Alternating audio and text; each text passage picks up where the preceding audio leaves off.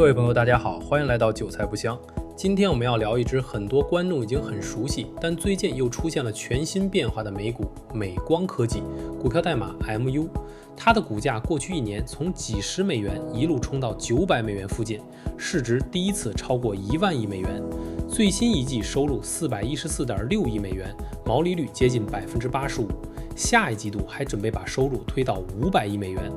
可就在三星交出创纪录利润后，美光股价反而单日大跌近8%。核心问题很简单，美光正在用长期合同摆脱内存周期，还是市场已经走到利润最漂亮、风险也最大的阶段？今天我们就一起来看看这场变化，同时也感谢大家的点赞、订阅和关注，这是对我们团队持续创作内容的最大鼓励。美光的故事始于1978年，4名工程师把办公地点放在美国爱达荷州博伊西一家牙科诊所的地下室。最早的工作是替客户设计 64K 内存芯片。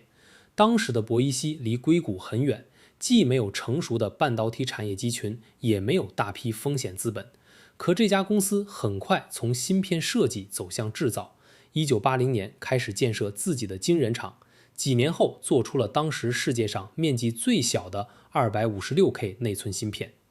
这段历史和今天的美光有一个共同点，它一直活在规模、技术和成本的夹缝里。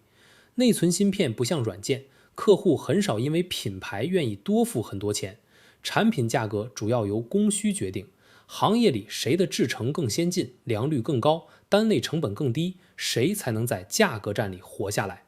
几十年来，美光经历过日本厂商崛起、韩国厂商扩张、个人电脑周期、智能手机周期和多轮库存崩盘。很多竞争对手已经退出，美光却留了下来，最终与三星和 SK 海力士形成全球内存3强格局。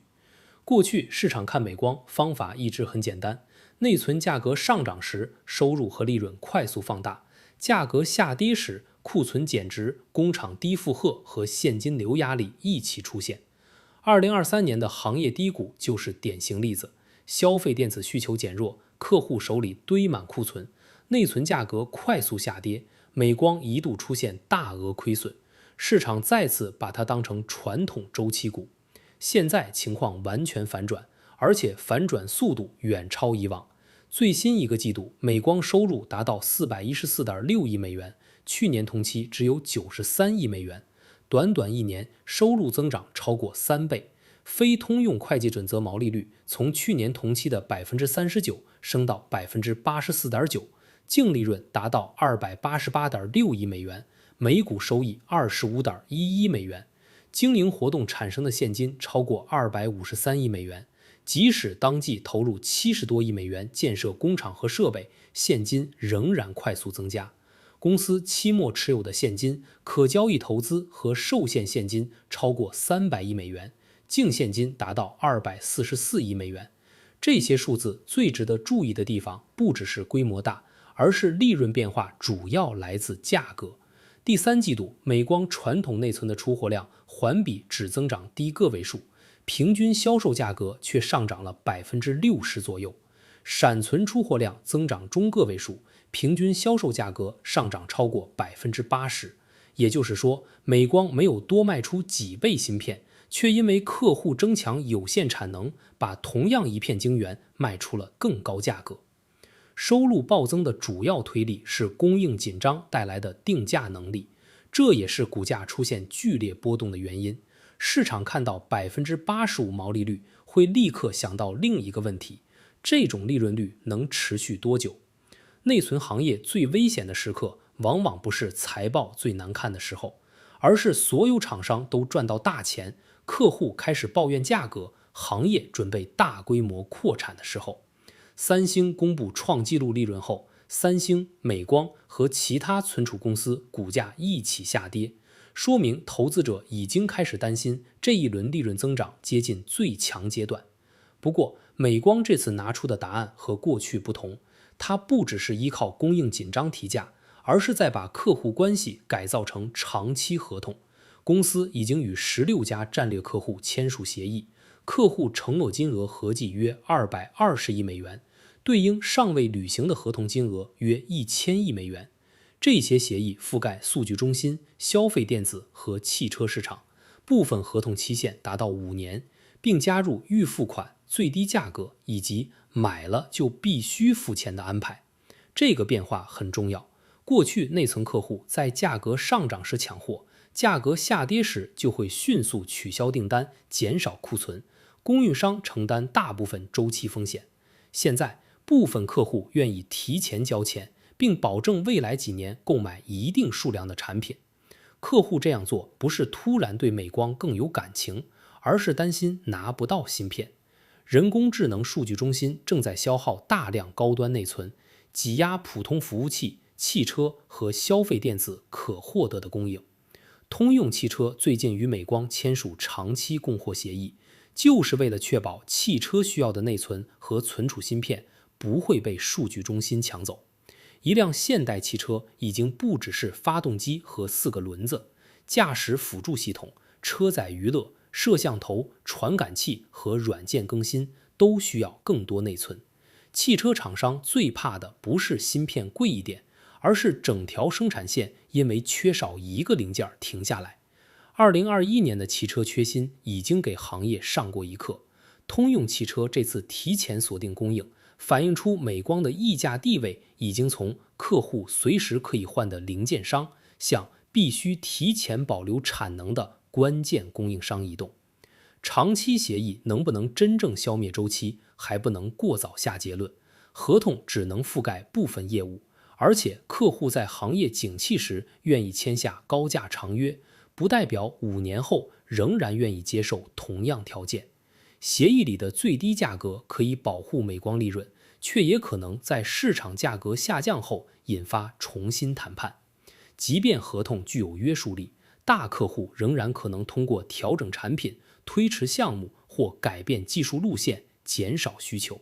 美光能够降低波动，但很难让一门重资产制造生意完全失去周期。让客户愿意签长约的核心产品是高带宽内存。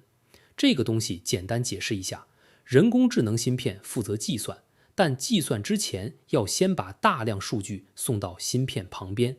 普通内存就像一条窄路，车再快也会堵在入口。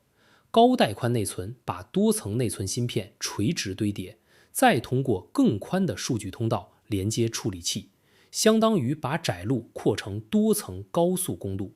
模型越大，推理速度要求越高，处理器旁边需要的内存容量和带宽就越大。美光已经开始大规模生产新一代高带宽内存 HBM4， 产品为英伟达下一代 Vera Rubin 平台设计，每组芯片带宽超过每秒 2.8 太字节，相比上一代产品，带宽提升超过1倍，能效提升超过 20%。 高带宽内存不只是单价更高，它还会消耗更多晶圆产能和先进封装能力。同样一座工厂，如果优先生产高带宽内存，能够提供给普通电脑、手机和汽车的传统内存就会减少，这进一步加剧整个行业的供应紧张。美光第3季度数据中心收入超过250亿美元，按照季度收入简单年化已经超过1000亿美元。数据中心固态硬盘收入也超过50亿美元，环比增长1倍以上。过去美光主要被看作个人电脑和手机中期的供应商，现在数据中心已经成为最大的增长引擎。人工智能服务器需要高带宽内存，也需要更大容量的传统内存和更快的存储设备。美光正在同时从处理器旁边、服务器内部和数据中心存储系统3处获得收入。竞争并没有因此消失， SK 海力士更早抓住高带宽内存机会，长期以来是英伟达的重要供应商。三星拥有最大的制造规模，也在加快新一代产品认证和产能扩张。美光的优势在于，它是美国本土唯一能够大规模生产高带宽内存的公司。在美国希望提高关键芯片供应链安全的背景下，这个身份具有战略价值。但在技术和成本上，它仍然要面对2家韩国巨头。任何一家公司提高良率、释放新产能，都会影响价格和市场份额。新一代 HBM4 还让竞争方式发生变化。过去内存产品更接近标准化零件，现在高带宽内存需要和处理器、封装及系统架构一起设计。美光与英伟达合作越深入，产品就越难被临时替换，利润率也更高，但客户集中度会随之上升。如果人工智能芯片公司转向更便宜的内存方案，或者大型云公司使用自研芯片重新设计系统，美光目前的高溢价可能受到影响。高端产品提高了护城河，也让公司更依赖少数大客户和技术路线。美光管理层认为，供应紧张会持续到2027年以后，原因是需求增长快，新工厂建设却需要几年。晶圆厂不是普通仓库，选址、审批、设备安装、调试和良率提升都很慢，先进封装产能也无法短期复制，这给美光留下了继续提价和签长期合同的窗口。问题是，公司和竞争对手同样在用巨额资本开支扩大产能。美光下一季度计划投入约100亿美元，一季的支出已经接近很多大型工业公司一整年的投资。资本开支既是美光的护城河，也是最大的风险。没有持续投资，公司会在制程和产能上落后。投资太多，一旦需求转弱，新工厂就会变成折旧压力。内存行业过去的每一轮下行，几乎都与景气高点的大规模扩产有关。现在高利润、客户预付款和政府支持，让厂商拥有更多扩产资金。如果三星、SK 海力士和美光同时相信短缺会长期持续，几年后的供应增长可能比需求更快。这里可以用一个简单的场景理解。假设人工智能数据中心继续快速扩张，美光的长约覆盖更多客户，高带宽内存保持紧缺，那么80%以上的毛利率即使有所回落，利润仍可能远高于历史水平。公司会产生巨额自由现金流，用于回购、分红和建设美国工厂。美光就不再只是低买高卖的周期股，而会更接近拥有长期订单的半导体基础设施公司。另一种情况是，大型科技公司的人工智能投资回报不及预期，数据中心建设速度放慢，或者更便宜的内存架构减少高端产品用量。与此同时，新工厂陆续投产，供应紧张缓解。传统内存和闪存平均售价只要明显下降，美光利润就会快速收缩。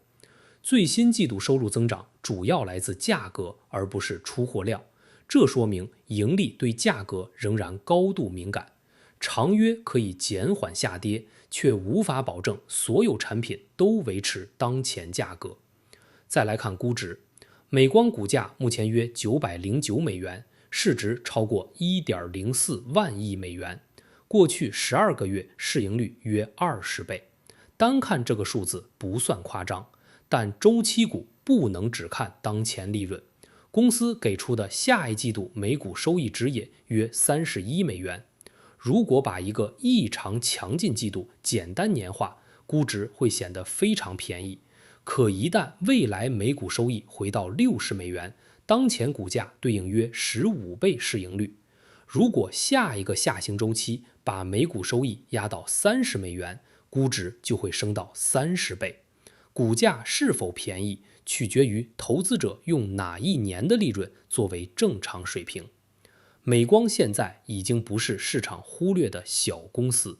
万亿美元市值意味着大量好消息已经反映在价格里。人工智能需求持续，高带宽内存供不应求，长期合同提高稳定性，美国制造获得政策支持。接下来股价需要的不是业务不错，而是这些条件继续超出目前预期。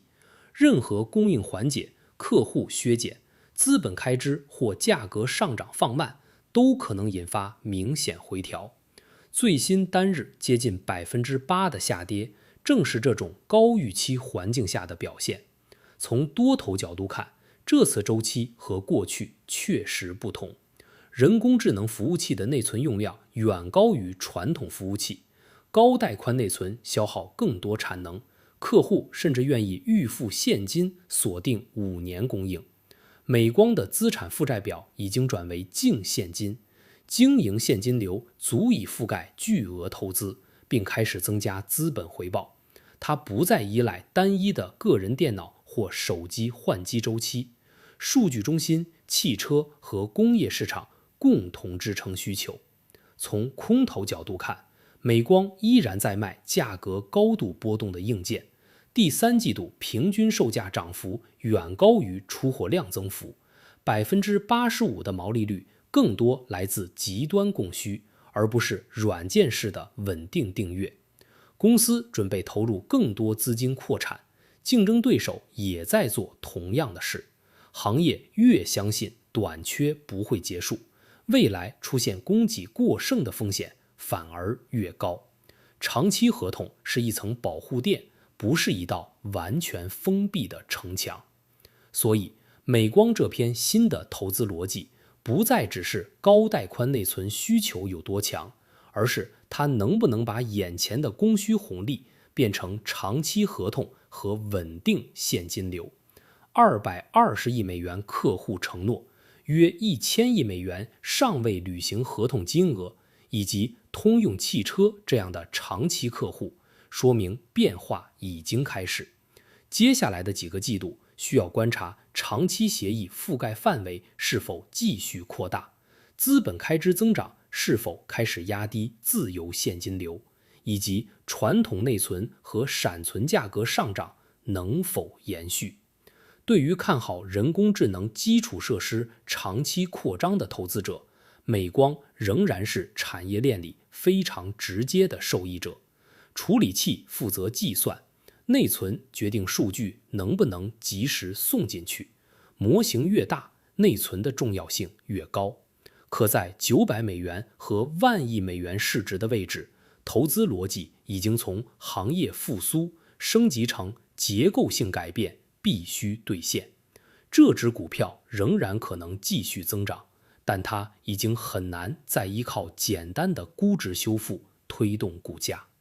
美光用了接近50年时间，从博伊西牙科诊所地下室里的4人团队，走到人工智能数据中心的核心供应商。过去他只能接受内存价格决定命运，现在他开始要求客户提前交钱，签5年协议，接受最低价格。这个变化比任何一个季度的利润都更值得关注。它决定了美光未来是继续被周期牵着走，还是第一次有机会让客户分担周期风险。结论很清楚，美光的基本面处在历史最强阶段，长期合同、高带宽内存和数据中心需求让公司拥有过去没有的议价能力，但当前利润也包含极端价格上涨和供应紧张。万代亿美元市值已经把结构变化提前写进股价，看多的人需要相信合同化能够保护利润，看空的人则在等待供应扩张重新夺走定价权。接下来真正能验证答案的不是又一份创纪录财报，而是当供应逐渐增加时，美光的价格、毛利率和合同约束还能保留多少。感谢您的收看，做这类深度内容不易，您的订阅、点赞和转发就是对我们团队最大的支持。我是韭菜不香，我们下期再见。